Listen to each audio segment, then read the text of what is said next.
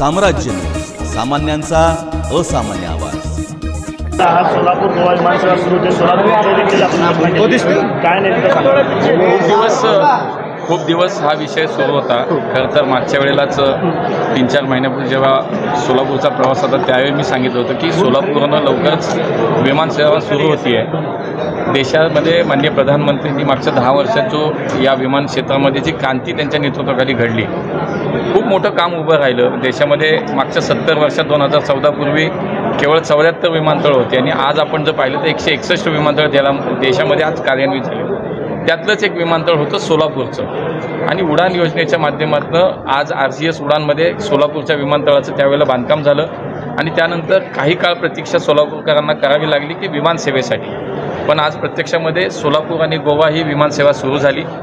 पुढच्या काही दिवसामध्ये 1 ते 2 ते 2 महिन्याच्या काळामध्ये मुंबईची विमानसेवा सोलापूरहून सुरू होती आहे आणि त्यानंतर उडान योजनेच्या माध्यमातून पुढच्या काळामध्ये भविष्यामध्ये या विमानतळाच्या सुद्धा बाकी काही फॅसिलिटीज आहेत त्या कंप्लीट केल्या पाहिजेत।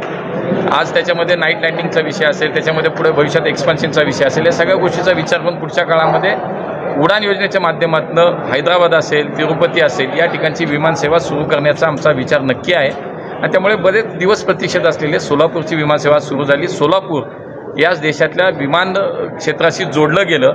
आज विठ्ठलाचं पांडुरंगाचं पंढरपूर, आज तुळजाभवानी मातेचं तुळजापूर, आज सिद्धेश्वर स्वामीचं आज इथं मोठं स्थान आहे।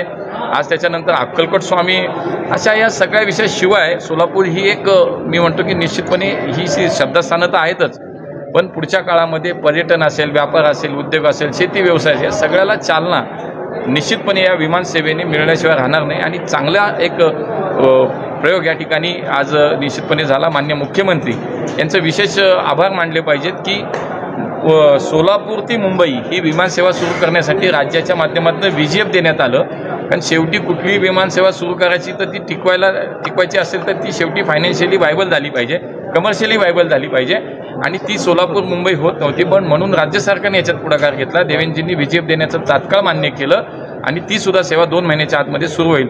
त्यामुळे सोलापूरकरांसाठी आजचा दिवस हा खूप महत्त्वाचा आहे। अण्णा, एक महत्त्वाचा प्रश्न असा आहे की पुण्यामध्ये सारसबागेत मेधाताई ज्या आहेत त्यांनी पत्र दिलेलं होतं की जे ईद नंतर जे बासी ईद मी आज प्रवासात आहे, मी पुण्यात गेल्या माहिती घेतो, मी प्रवासात आहे, पुण्यात गेल्यानंतर त्याच्याबद्दलची माहिती घेतो। अण्णा, आपण विमानसेवा एकीकडे सुरू करत असताना मुंबईत रेल्वेचा एक मोठा अपघात झाला, 4 ते 5 लोकांचा दुर्दैवी घटना आहे। आता आम्ही सुद्धा सगळे बसलो असताना टीव्हीला पाहिलं, ती दुर्दैवी घटना आहे। निश्चितपणे त्याची चौकशी होईल, वरिष्ठ पातळीवर त्याची चौकशी होणार आहे आणि त्याच्यामध्ये नेमकं काय झालं हे अजून समोर आलं नाही, पण दुर्दैवी